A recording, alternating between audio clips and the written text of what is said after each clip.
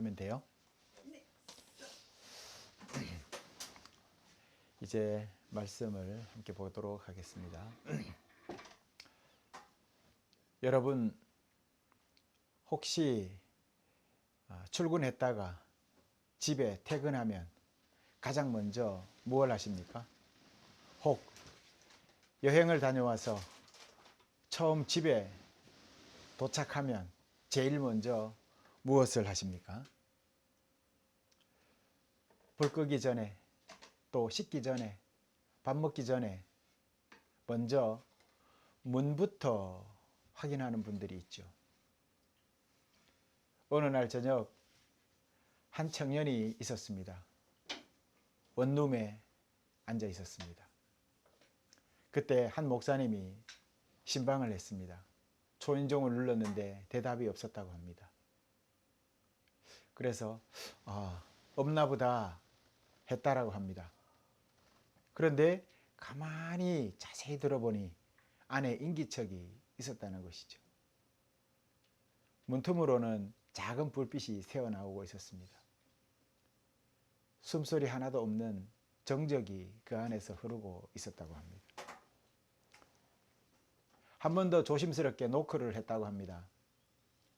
저 목사입니다. 괜찮으시면 잠깐 문 좀 열어주시겠어요? 라고 했습니다.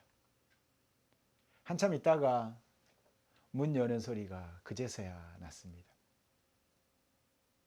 4번 잠금 장치를 하나 둘 셋 4개야 풀고서 그 이후에야 사람이 나타났습니다. 문이 열렸을 때 그 목사님은 그의 눈을 바라봤답니다. 아마 그 사람 눈은 초점을 잃어버린 그런 눈이었다고 합니다. 세상에서 내몰린 사람,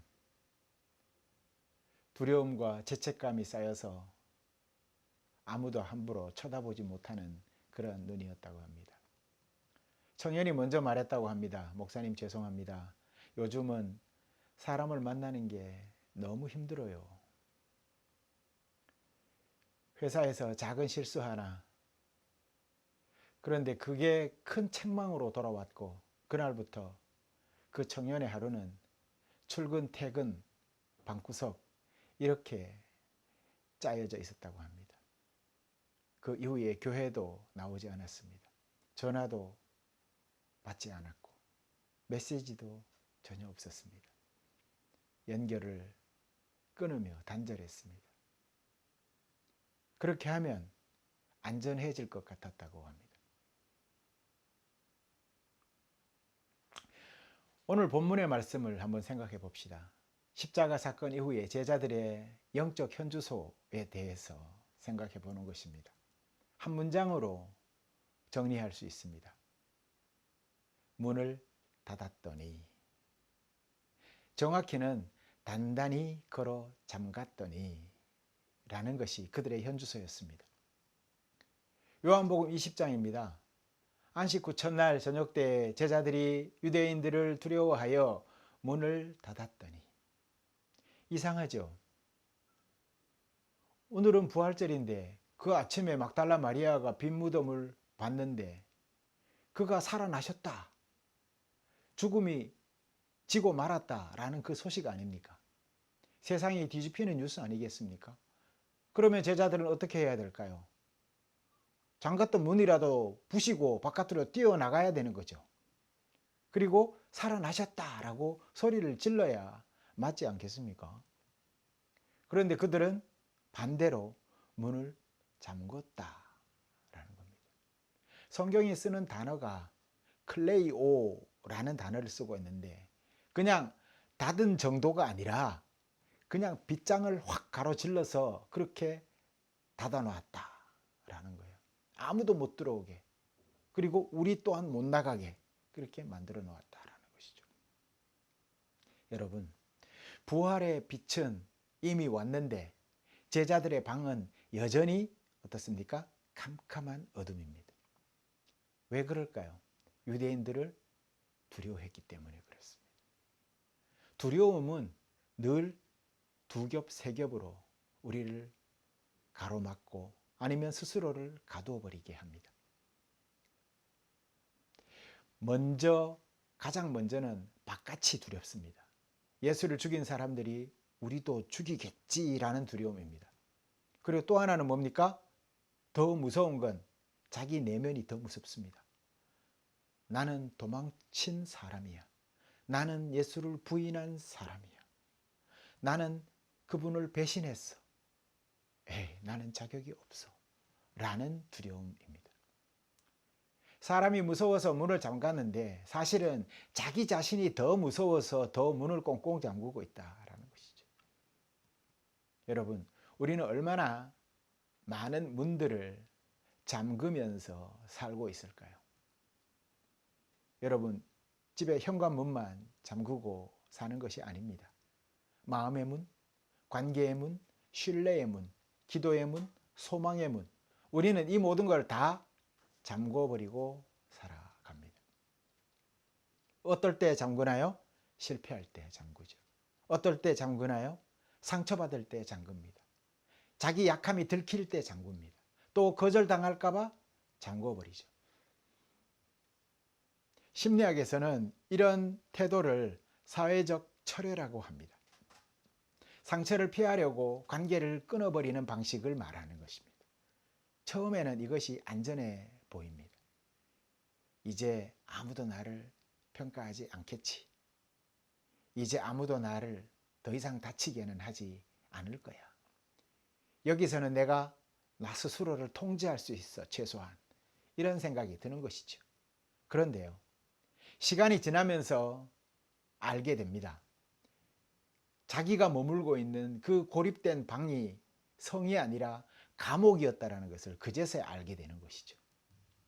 숨 쉬려고 들어갔는데 오히려 어떻게 됩니까?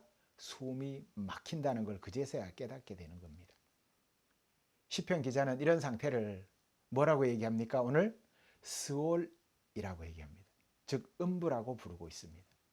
생명과 단절된 곳, 빛이 닿지 않는 곳, 하나님이 멀게만 느껴지는 바로 그 곳, 그곳이 스올인 것입니다. 제자들의 다락방이 딱 그렇습니다. 말은 없어도, 그리고 자기 내면의 소리는 계속 들립니다. 나만 도망친 건 아니겠지. 쟤도 도망쳤잖아. 우리 다 도망친 사람이잖아. 이런 생각. 베드로는 거기에 부인까지 했단 말이지. 근데 나도 다르진 않지. 뭐 이런 생각, 저런 생각들이, 온 생각들이 다 들었을 겁니다. 부활 소식이 들려도 그들이 모여있는 그 방 안은 여전히 사망의 그늘로 가득 차 있었습니다. 그리고 더 아픈 진실은 우리는 그 문을 혼자 열지 못한다는 것입니다. 내일부터 달라질게요.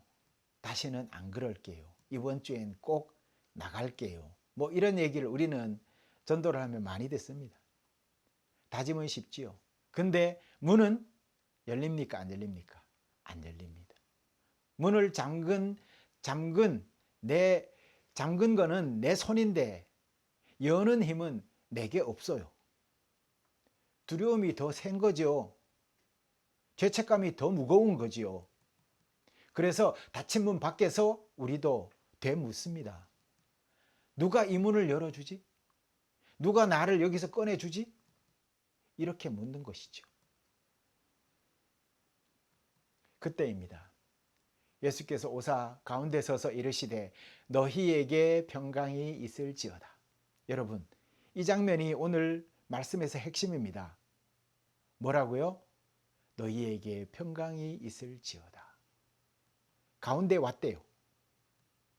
문이 잠겨 있었어요? 단단히 잠겨 있었어요. 그런데 예수님은 문을 두드리지를 않았습니다. 열어라 하지도 않으셨습니다. 문을 부수지도 않았습니다. 그냥 가운데 서 계셨습니다. 원문에 이것을 어떻게 기록하고 있냐면 에스테라는 단어를 사용하고 있는데 어느 순간 거기에 서 있더라 라는 뜻입니다. 어느 순간 갑자기 거기 서 있었던 것이죠. 그 말이 에스테입니다. 부활하신 주님은 우리가 잠금 문 앞에 서 계시는 분이십니다. 우리가 쌓은 벽, 우리가 만든 장벽을 지나서 이제는 더 이상 가로막히지 않고 우리 가운데로 훅 들어와 계시는 분, 그분이 예수님이십니다. 그리고 첫 마디가 뭡니까 여러분?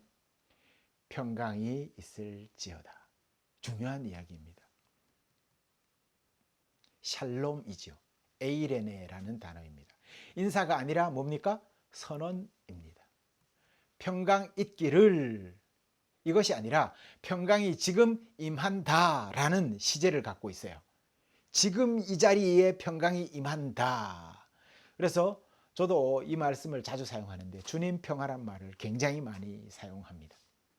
지금 평화가 여러분과 영원히 함께 있기를, 이런 인사를 건네는 것이죠. 그리고 더 놀라운 건 뭡니까? 예수님이 안 하신 말들입니다. 왜 도망쳤느냐? 이 말씀 안 했죠. 왜 나를 부인했느냐? 이 말씀 안 했지요. 믿음이 그게 뭐냐? 이 말도 안 했어요. 정죄 대신 평강을 이야기하신 것입니다. 책망 대신 뭐를 얘기했어요? 샬롬을 이야기하신 것입니다. 그 다음이 더 중요합니다. 이 말씀을 하시고 손과 옆구리를 보이시니 라고 했습니다. 예수님은 상처를 보여주셨습니다. 못자국 난 손, 창자국 난 옆구리. 이 평강은 공짜가 아니다. 이 평강은 피를 지나왔다. 너희 상처도 끝이 아니다. 내 상처가 영광이 된 것처럼 너희 상처도 은혜의 통로가 될 수 있다라는 말입니다. 복음은 상처를 없애주는 마술이 아닙니다. 복음은 상처의 의미를 바꾸는 부활인 것입니다. 그 자리에 한 사람이 또 있었습니다. 누굽니까? 도마라는 사람입니다. 다른 제자들이 말을 했죠. 우리가 주를 보았노라. 도마는 단호하지요. 내가 너 보지 않고는 믿지 아니하겠노라. 우리는 그를 의심하는 도마라고 부릅니다. 그런데 저는 정직한 도마라고 부르고 싶어요. 남의 고백만으로는 내 안에 문이 안 열린다는 것을 인정한 유일한 사람이니까요. 우리도 그렇죠. 설교는 좋은데 내 현실은 전혀 바뀌지 않고 그대로예요 라고. 남들은 은혜라고 하는데 나는 잘 모르겠어요, 목사님. 나는 너무 오래 정말 실패해서 좌절하고 있는데 너무 많이 이렇게 힘들어요. 8해가 지났습니다. 제자들이 다시 모였습니다. 도마도 함께 있었어요. 그런데 성경이 말합니다. 문은 여전히 닫혀 있다. 한번 은혜를 받았다고 해서 바로 담대해지는 것은 아닙니다. 주일에 눈물 한번 흘렸다고 월요일에 문이 자동으로 열리는 건 아닙니다. 우리 변화는 느려요. 믿음은 약합니다. 그런데 예수님이 다시 오십니다. 또 닫힌 문을 지나서 또 한가운데 서서 말씀하시지요. 평강이 있을지어다. 그리고 도마에게 정확히 말씀합니다. 네 손가락을 이리 내밀어 믿음 없는 자 되지 말고 믿는 자가 되라. 예수님은 도마의 말을 알고 계셨습니다. 도마가 필요로 하는 그 지점을 정확히 짚어주시는 것입니다. 의심을 정죄하지 않으십니다. 연약함을 모른 척하지 않으십니다. 그냥 만나주시죠. 그리고 도마가 고백을 합니다. 나의 주님이시여 나의 하나님이십니다. 라고 고백을 합니다. 문이 열리는 소리죠. 도마의 문이 드디어 꽁꽁 닫은 빗장의 문이 열리기 시작합니다. 이 고백이 그 방을, 그 도마가 갇혀있는 그 방을 바꾸기 시작을 합니다. 예수님이 숨을 내쉬며 말씀하십니다. 성령을 받으라. 엠피사오라는 단어를 쓰고 있습니다. 입김을 불어넣다라는 뜻입니다. 창세기 2장 7절에 이 말씀이 나옵니다. 흙에게 숨이 들어가서 뭐가 됩니까? 사람이 되어서 생명이 된지라 라는 구절이 있죠. 에스겔서 37장에도 이 말씀이 나옵니다. 마른 뼈들 사이에서 바람이 불어오자 뼈들이 일어나더라 라는. 닫힌 방의 제자들은요 영적으로 마른 뼈 같은 사람들이었어요. 그런데 주님의 숨결이 들려오자 그 방이 변화가 일어납니다. 그리고 자기 내면의 방도 변화가 일어납니다. 두려움이 이제는 담대함으로, 죄책감이 이제는 사명감으로, 숨어있던 그 방이 파송의 출발점으로 변하게 되는 것이죠. 베드로를 보십시오.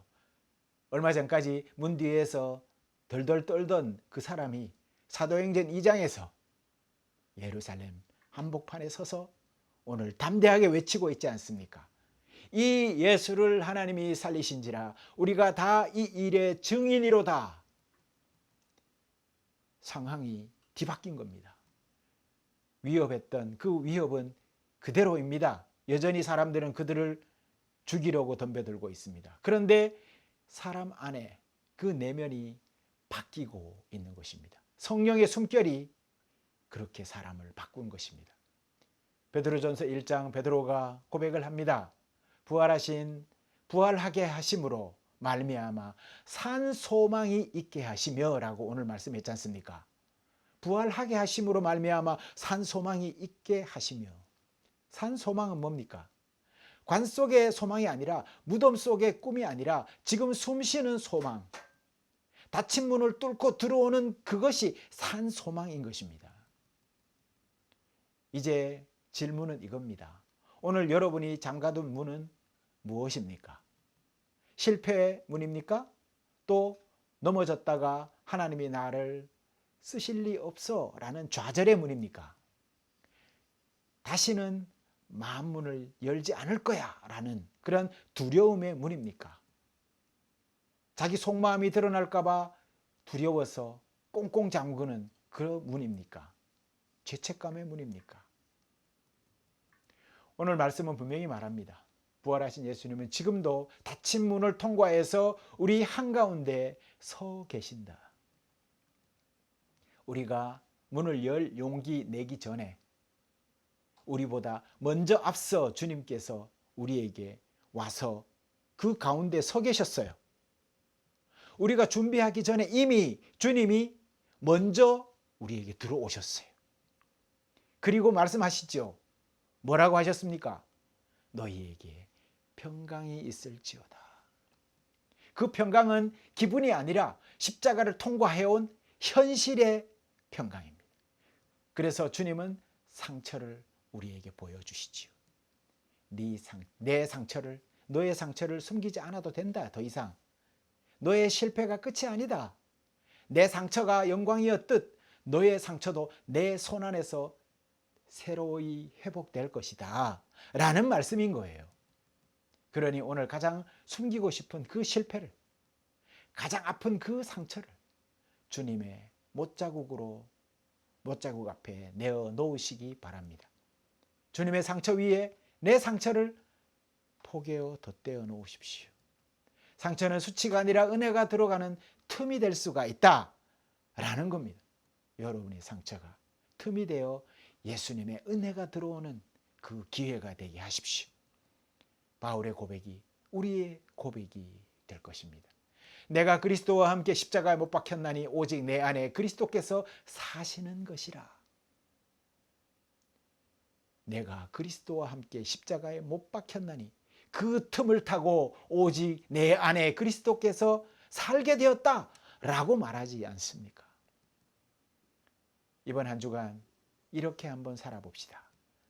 조용한 시간, 마음이 다치려는 그 순간 억지로 나를 그곳에서 벗어나려고 하지 마십시오. 주님이 이미 내 안으로 들어오신 그 장면을 한번 떠올려 보십시오. 그 주님의 음성을 들어보십시오. 평강이 있을지어다. 못자국 난 주님의 손을 보십시오. 장자국 난 주님의 옆구리를 보십시오. 내 가장 아픈 기억, 그 상처 위에 조심스럽게 그 십자가의 상흔을 올려놓아 보십시오. 그리고 이렇게 기도해 보십시오. 주님, 제 상처를 주님 상처로 덮어 주시옵소서. 제 실패를 주님의 승리로 바꾸어 주시옵소서.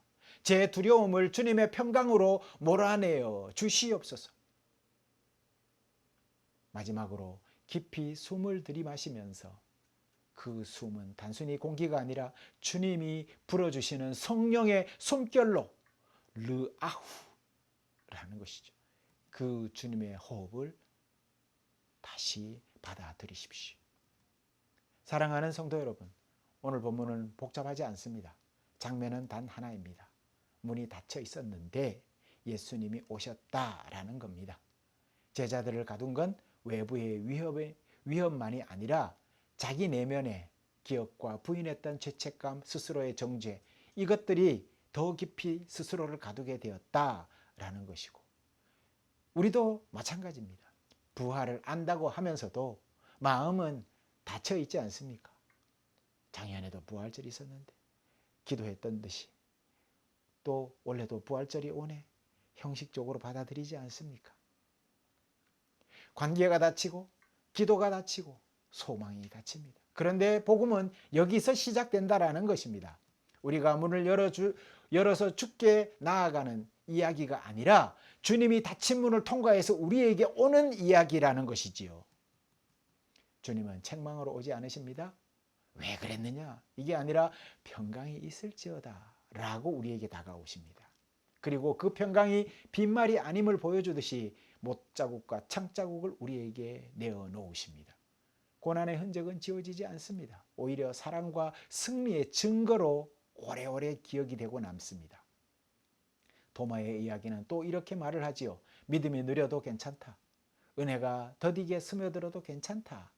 주님은 여드레 뒤에 다시 그 도마를 위해서 찾아오셨다라는 것이지요.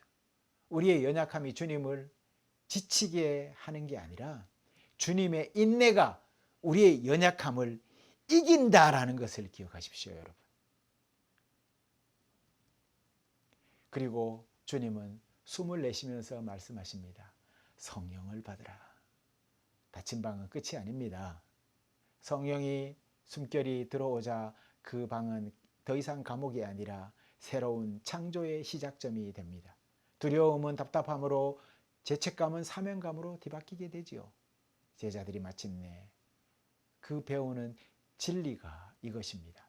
부활은 낫다로 끝나는 것이 아니라 부활은 닫힌 문을 열어서 우리를 다시 세상으로 내어보내는 하나님의 방식이라는 것을 오늘 이 말씀을 통해서 우리는 깨닫게 되는 것입니다. 그러니 오늘 우리에게 남는 질문은 이겁니다. 내가 어떻게 문을 열까가 아니라 이미 내 닫힌 문 안으로 들어오신 그 주님을 나는 어떻게 고백하며 맞이할까로 바꿔야 된다는 것이지요. 주님은 오늘도 우리 한가운데 서서 여전히 말씀하고 계십니다. 평강이 있을지어다. 그러니 도마처럼 우리는 고백합시다. 나의 주님이시오, 나의 하나님이십니다 라고 말입니다. 여러분이 잠가둔 문이 얼마나 두껍든 숨겨둔 상처가 얼마나 깊든 부활하신 예수님의 평강은 문 안으로 멈추지 않고 들어오십니다. 주님은 문 밖에서 기다리시는 분이 아닙니다. 문 안으로 들어와 우리를 다시 살려 보내시는 분이십니다. 그러니 오늘 문을 붙들고 버티지 말고 문을 뚫고 들어오신 그분의 평강을 붙드십시오. 그 평강이 여러분 인생의 다음 문을 여는 시작이 될 것입니다. 주님 평화 함께 기도하시겠습니다.